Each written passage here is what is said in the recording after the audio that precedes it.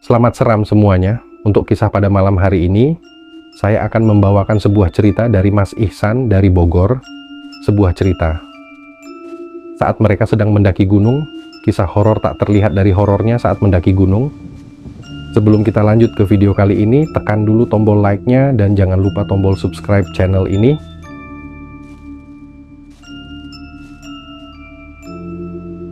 Nyalakan juga tombol notifikasinya agar kamu tidak ketinggalan kisah horor tak terlihat lainnya dan seperti apa cerita horor kali ini. Jadi kita langsung aja masuk ke ceritanya.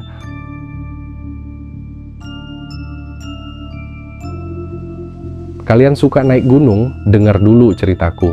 Karena setelah ini mungkin kalian bakal pikir 2 kali sebelum muncak. Tahun lalu aku naik ke Gunung Kembar bareng 4 temanku, Bayu, Dika, Nita, dan Sari.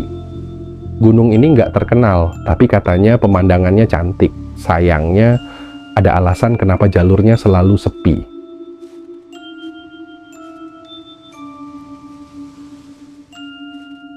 Di base camp, penjaga pos menatap kami satu-satu.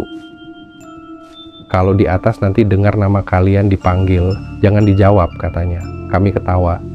Tapi jujur, kalimat itu langsung nempel di kepalaku. Kalian pernah dikasih peringatan aneh sebelum mulai sesuatu? Rasanya kayak pertanda buruk, tapi kamu tetap nekat lanjut. Tapi kami mulai naik jam 5 sore. Awalnya biasa aja, jalurnya lebar, pohon pinus tinggi kiri kanan. Tapi makin naik, suasana makin sunyi. Dika, yang jalan paling depan, beberapa kali nengok ke belakang. Kayak ada yang ikut kita, katanya pelan. Aku ketawa, tapi dalam hati juga ngerasa sama. Gimana menurut kalian? Kami ngecamp di tempat bernama Lembah Sunyi. Iya, namanya emang itu. Kabut turun cepet banget. Udara tiba-tiba dingin dan suara serangga langsung hilang. Sari bilang, kok kayak ada yang ngintip ya? Aku langsung diem. Jujur, dari tadi aku ngerasa diawasi. Kalian pernah nggak merasa ada yang ngeliatin dari balik pohon? Jam 11 malam kami udah masuk tenda. Aku baring tapi susah tidur. Angin kadang bunyinya kayak bisikan. Lalu aku dengar langkah kaki di luar. Pelan, muterin tenda. Bayu bisik, Dika, itu kamu? Tapi Dika tidur di sebelahnya. Kalian berani ngecek keluar kalau ada suara jalan di luar tenda? Langkah itu berhenti, lalu kain tenda ditekan dari luar. Ada bayangan wajah nempel kayak orang nempelkan muka di sana. Aku tahan napas. Semua diam. Detik terasa panjang banget. Lalu suara itu menjauh. Tapi selama itu nggak ada satupun dari kami yang berani gerak. Jujur aku hampir pipis di sleeping bag. Pagi harinya tanah di sekitar tenda penuh jejak kaki. Tapi jejaknya aneh, kecil dan cuma punya 4 jari. Aku nggak bercanda. Kalian pasti mikir ini ngada-ngada, tapi kami semua lihat sendiri. Saat itu, kami sepakat turun hari itu juga. Tapi, perjalanan turun justru lebih mengerikan dari malam sebelumnya. Kabut turun tebal banget, jarak pandang cuma 2-3 meter. Di tengah jalur Nita berhenti. Dia noleh ke belakang lalu ngomong, kok kamu di belakang? Aku bingung, soalnya aku ada di depannya. Tadi kamu manggil aku, katanya. Aku langsung merinding. Aku nggak manggil dia sama sekali. Sumpah, bukan aku.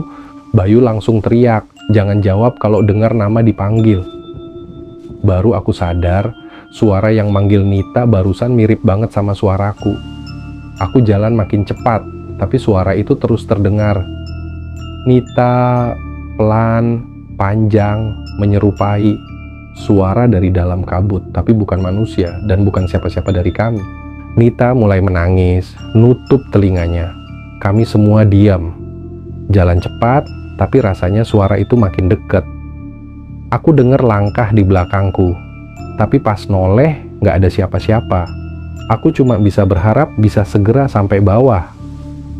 Kalau kalian ada di posisiku, apa kalian bakal lari atau diam sambil pura-pura nggak denger?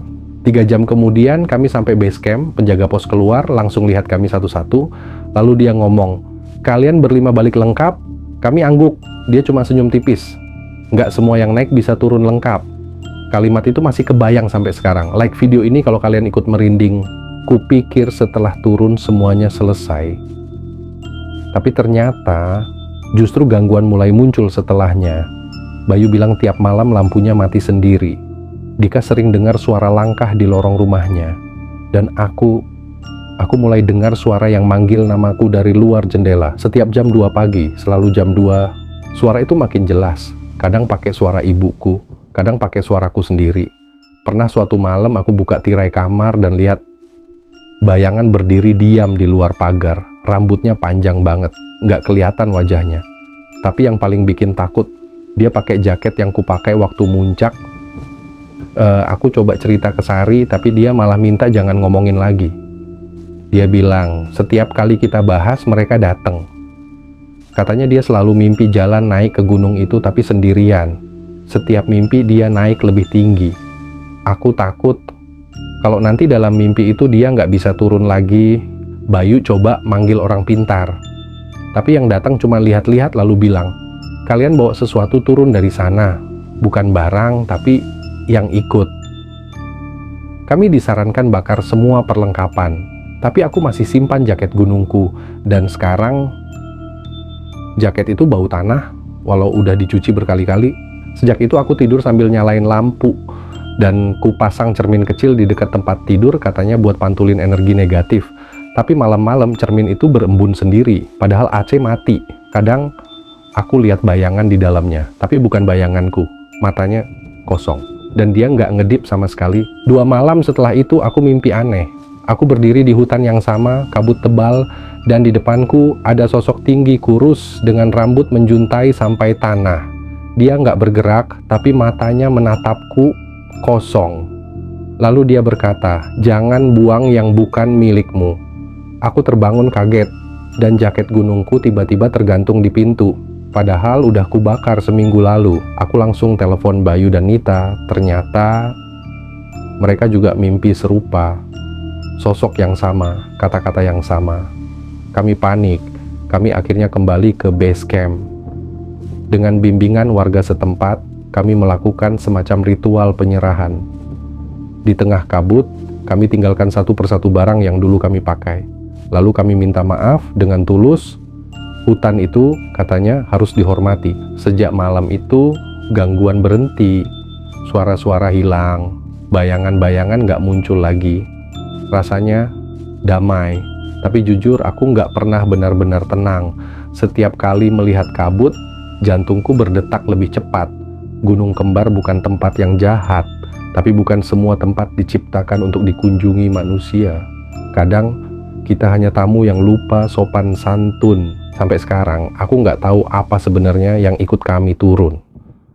Tapi satu hal yang aku percaya, bukan semua tempat boleh disinggahi seenaknya. Gunung itu mungkin sudah memaafkan kami, tapi bekasnya masih ada. Di ingatan, di mimpi, dan mungkin di balik kabut yang kadang muncul tanpa alasan.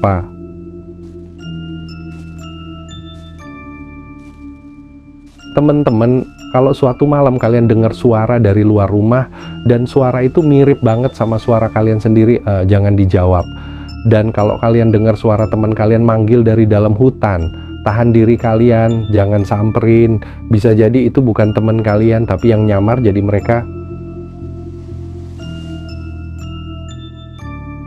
Kalian pernah punya pengalaman serupa? Tulis di komentar. Cerita kalian bisa aku bacain di video berikutnya. Jangan lupa like video ini biar makin banyak yang tahu cerita Gunung Kembar. Biar mereka juga hati-hati kalau naik gunung, karena kadang yang bikin kita celaka bukan jalurnya, tapi yang menunggu di sana. Subscribe channel ini dan nyalakan loncengnya. Masih banyak cerita nyata dari pendaki-pendaki lain yang ngalamin hal serupa, dan mungkin kalian termasuk yang pernah, tapi nggak pernah cerita ke siapa-siapa. Di sini kalian bisa cerita, aku bacain, kita bagi rasa takut biar nggak sendirian. Terima kasih udah dengerin ceritaku, dan ingat, kalau suatu hari kalian naik gunung dan merasa ada yang ngikutin dari belakang, jangan toleh. Dan kalau nama kalian dipanggil dari balik kabut, jangan jawab. Sampai jumpa di video selanjutnya. Jangan lupa tetap waspada. Karena mereka bisa ikut siapa saja yang dia mau dan yang dia sukai, jadi selalu waspada. Karena mereka semua tak terlihat dan ada di sekitar kita.